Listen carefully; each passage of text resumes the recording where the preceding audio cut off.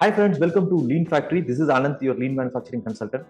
In this particular video, I'm going to talk about some of the results of our implementation of 5S across various industries and various locations. So come, let's get started.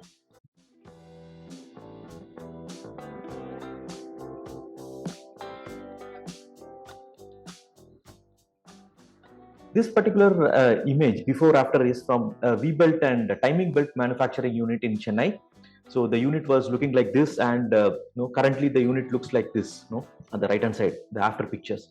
So we removed a lot of unwanted items, then we arranged the items in place, then we made a floor marking also. Epoxy flooring was done, then the lines, gangways, everything was marked, and the unit looks way better than it used to be before. And again, this is from the same unit. So earlier, a lot of items were there, in between the pillars and behind the machines. Now everything is removed, and unwanted items were removed, and the doubtful items were removed from the workplace and kept it in a red tag area. And then management took a decision. They sold a lot of red tag items, and then the floor looked very neat. This particular image is for pallet handling equipment, that is material handling equipments, and we created a specific location for these material handling equipments also. And this is from a textile industry where the tools were stored in a kind of a shelf. After our initiative, the team has created a tool board where all the tools are kept neatly in a tool board and with the identification markers. And what it brings is a lot of discipline, and the team itself is very happy, because they were able to contribute to the unit, and they started following it very meticulously. When we show this image to them, they are actually surprised that okay, we have actually stored it like this, and there is a big jump, in terms of storing this tool board.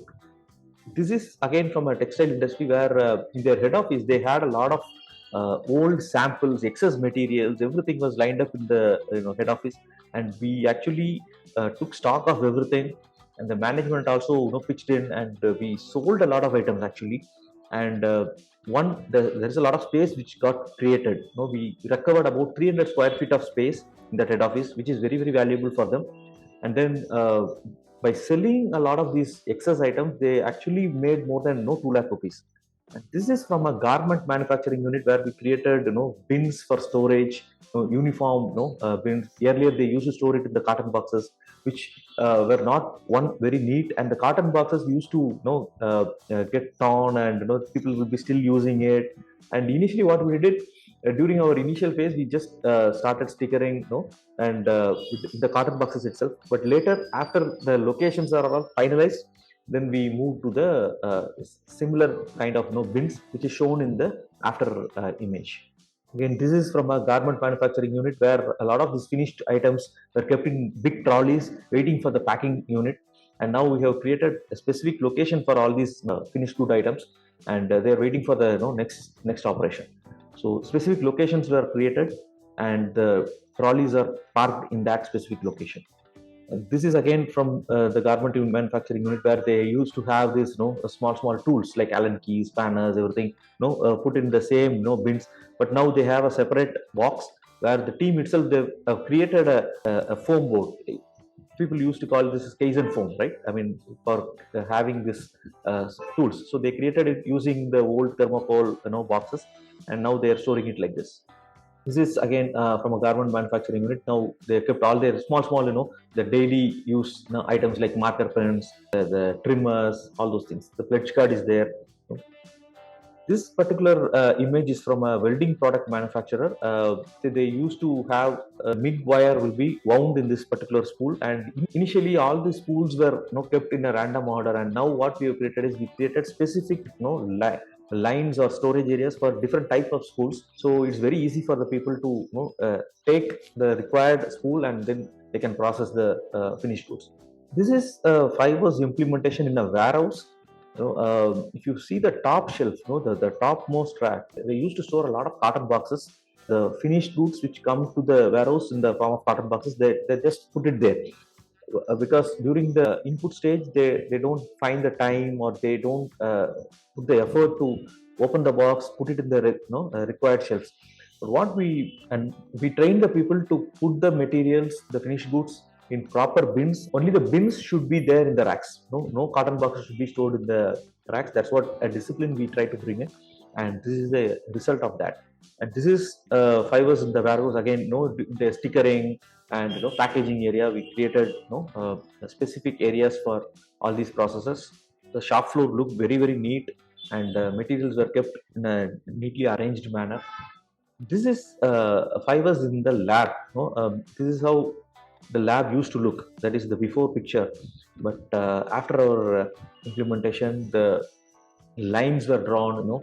Specific location for each item is clearly determined, and people used to keep all these keyboards, mouses everywhere. But the wires were all organized properly. Now there is a clear location for each item. And again, this is fibers in the office space. Right?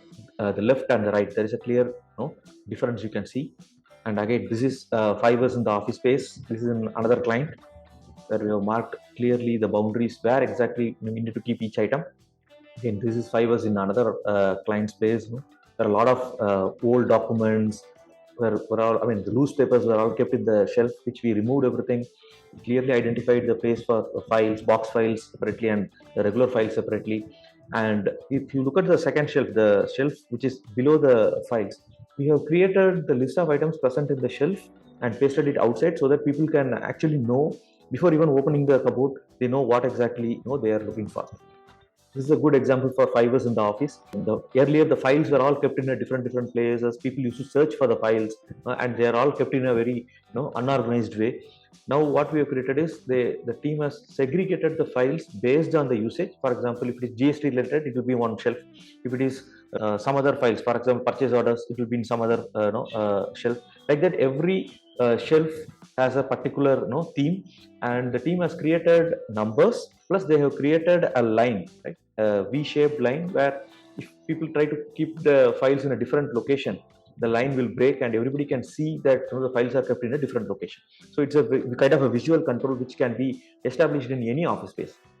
Again, in another client, the closed cupboard, we created the numbering systems, and also in each shelf, what are the items present, what are the files present. That list is also pasted inside that cupboards.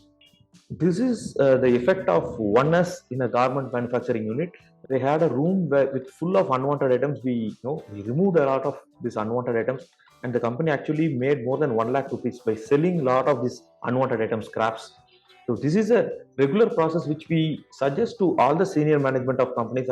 At least there should be a regular selling of scraps. In the minds of the top management, this is the least priority activity, but it takes a lot of space.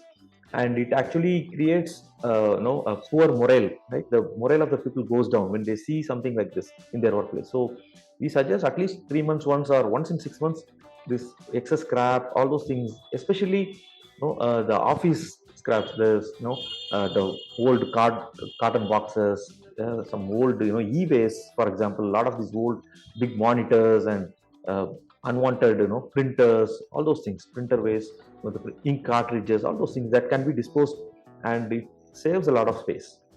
Again, this is the effect of oneness in a textile industry. They have a lot of these waste metal scraps which were all cleared. In fact, I remember they removed about 2 or 3 truckloads of metal scraps. So from this particular unit, in their storage area, there is where they store all these assorted kind of mix of a lot of items. So in that particular storage area, we removed a lot of unwanted items. So this is a picture of that. So these are all some of the images which we thought we will share it to you.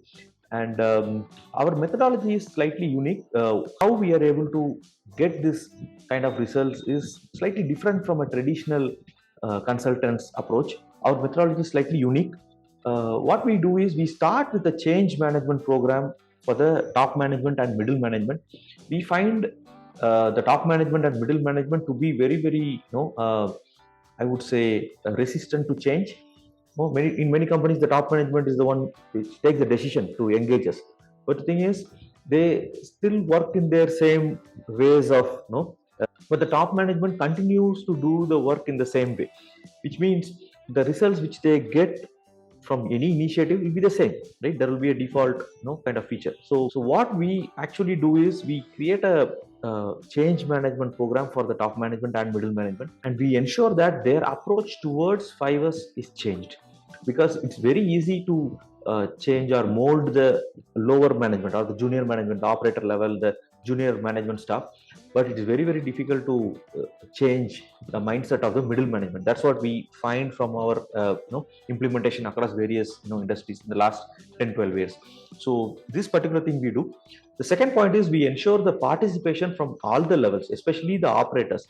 When I say operators, the machine operators and helpers.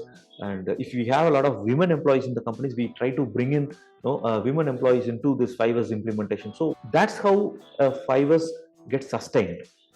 Without the participation of operators at the lower level of the management staff, the worker level or the operator level, the 5S cannot be sustained. So this is a very, very important point which we always try to implement. And finally, our unique methodology again is a gamification of 5S. What it means is, we try to implement 5S as a game. What does it mean? For example, we try to bring in these rewards and recognition at the start of the implementation itself, not at the fifth stage or the fifth S. We start with the goal, that is implementing 5S across the unit in the next 1 year or so, and how exactly you want to see the company. That's what we create a future image about the company in the people's mind, and then we work backwards. For example, every month what is that we are going to do, and every week what we are going to do. So we have broken down the 5S implementation into a week-wise activity, and we give the activity to the team will complete it, and the scoring team will give the rewards. There will be a monthly rolling trophy, there will be some interesting activities, and this whole approach will be like a game, right? So the people's participation is ensured, and overall there is a big improvement in terms of the culture of the unit. So this is our methodology.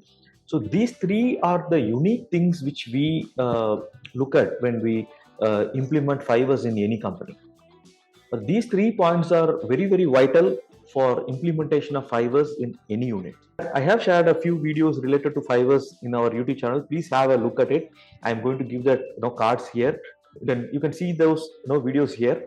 And in case you are interested in implementing 5S in your unit, please feel free to contact us. You can write to me at pananth@hashllp.com. You can also check out our website at www.hashllp.com, and you can also reach me through my mobile number 91766 And if you like this particular video, please give a thumbs up and also subscribe to our channel. And I'll talk to you guys in the next video. See you. Bye.